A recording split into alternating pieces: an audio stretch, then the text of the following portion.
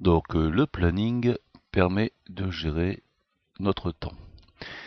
Il est composé de différentes colonnes que je vais détailler. La première colonne, ce sont les numéros des tâches. Chaque tâche, chaque action est numérotée. Dans la deuxième colonne, nous trouvons le nom des tâches ou des actions. Exemple, analyser le problème.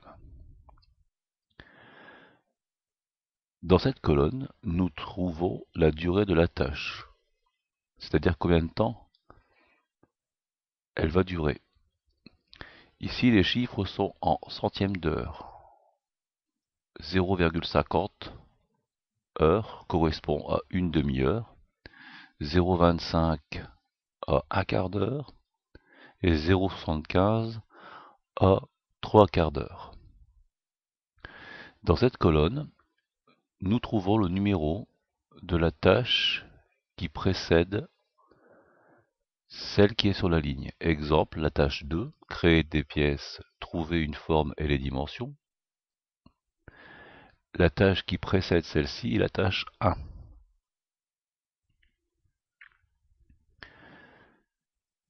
Dans cette colonne sont notées à quel moment débutent les tâches.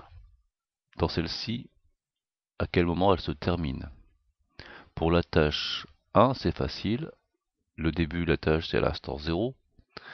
Et la fin de la tâche, c'est le début plus la durée, c'est-à-dire 0 plus 0,50, ce qui fait 0,50.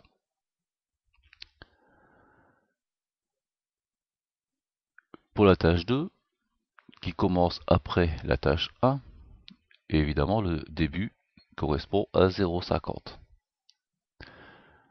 La fin est égale à 0,50 plus 0,75, ce qui fait 1,25. On retrouve ici la même chose sous forme graphique, c'est-à-dire début de la tâche 0, fin de la tâche 0,50, comme un rectangle vaut 0,25, 0,25 plus 0,25, ça fait 0,50. La tâche suivante débutant à la fin de la tâche précédente, et durant 0,75, nous arrivons ici. Pendant les activités, quand une tâche est terminée, on note qu'elle est terminée en marquant 100%. Par contre, quand une tâche est commencée et qu'elle n'est pas finie, on marque le pourcentage qui a été fait. Voilà la description du planning prévisionnel. Maintenant, pendant les activités, le temps qui passe est donné à chaque début de séance. Ici, les élèves ont travaillé pendant 2 heures et 15 minutes. Chaque équipe doit marquer en temps réel le temps passé. Là, ici, le temps prévisionnel, ce qui a été prévu, là, le temps réellement passé.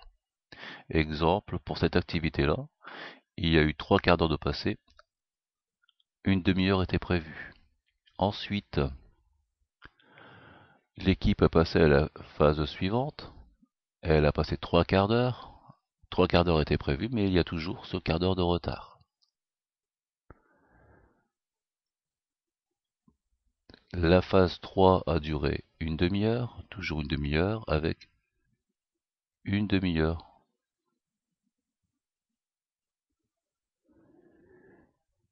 Ici, maintenant, la dernière phase, elle n'est pas achevée puisque c'est 50%, et